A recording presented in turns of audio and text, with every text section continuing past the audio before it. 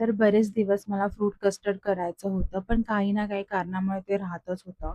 आणि तसंही मला माझ्या नेबर यांच्यासाठी इफ्तारीसाठी मला त्यांना फ्रूट कस्टर्ड करून द्यायचं होतं. सो म्हटलं आज करूनच पाहावं.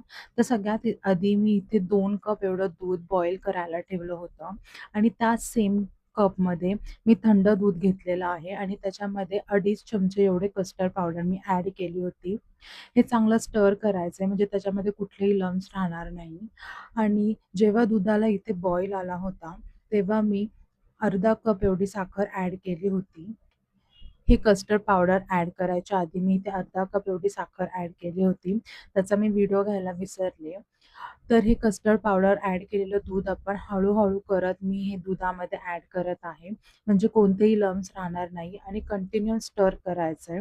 जेणेकरून जी आपली कस्टर्ड पावडर आहे ती कढईला लागणार नाही. तर तुम्ही पाहू शकता अशा प्रकारे थिकनेस आल्यावर आपण गॅसची फ्लेम ऑफ करणार आहे. त्यानंतर मी इथे फ्रुट्स कट करायला घेतलेले आहेत. इथे मी बनाना, ॲपल, ग्रेप्स आणि पोमोग्रॅनेट असे 4 फ्रुट्स घेतलेले आहेत. तर हे फ्रुट्स मी एकदम मीडियम साईजमध्ये कट करत आहे. जास्त मोठेही करायचे नाही आणि जास्त बारीकही नाही. मीडियम साईजमध्ये मी सगळे फ्रुट्स कट करून घेतलेले आहेत. म्हणजे जेव्हा आपण कस्टर्ड खातो ते फ्रुटचे चंक्स छान लागतात.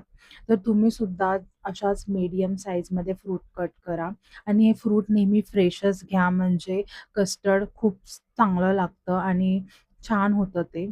कस्टर्डला छान टेस्टही येते.